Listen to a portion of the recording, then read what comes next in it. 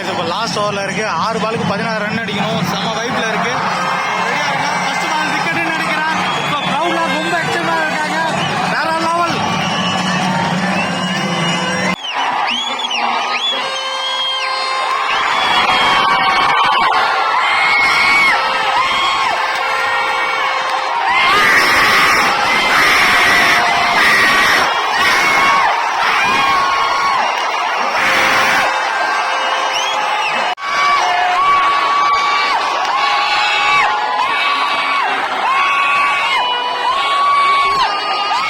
சூரியகுமார் பிடிச்ச கேட்ச் இல்லையான்னு செக் பண்ணிட்டு இருக்காங்க. க்ரௌட் எல்லாமே ரொம்ப எக்ஸைட்டடாக இருக்காங்க. கண்டிப்பாக விக்கெட் மாதிரி தான் இருக்கு.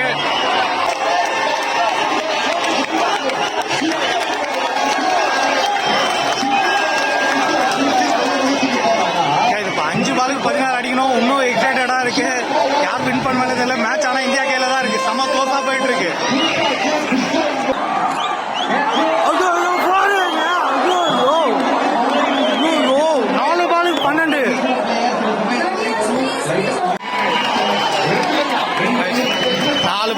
அடிக்கணும். மேட்ச் ரொம்ப க்ளோஸா போயிட்டு இருக்கு. பாண்டிச்சேரி கிரௌட் ஹார்திக் பாண்டியா வா வா வா வா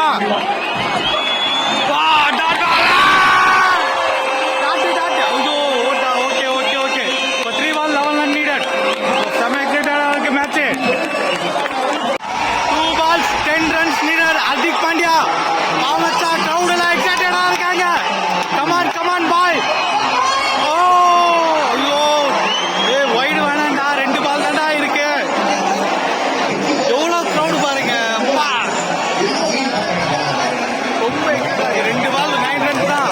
ஒரு டாட் வைடா. ஒரு டாட் வச்சா முடிஞ்சிடுச்சு. 2 பால் 9 ரன். ஹார்திக் பாண்டியா கமான்டா. இந்தியாவே வெயிட் பண்ணிட்டு இருக்க வின்னுக்காக. Oh my god. 2 ball 9 run. சம கிரௌட்ல எக்ஸைட்டடா இருக்காங்க. ரோஹித் மச்சா 2 பால் தான். கமான்டா டேய். வா கேட்ச்.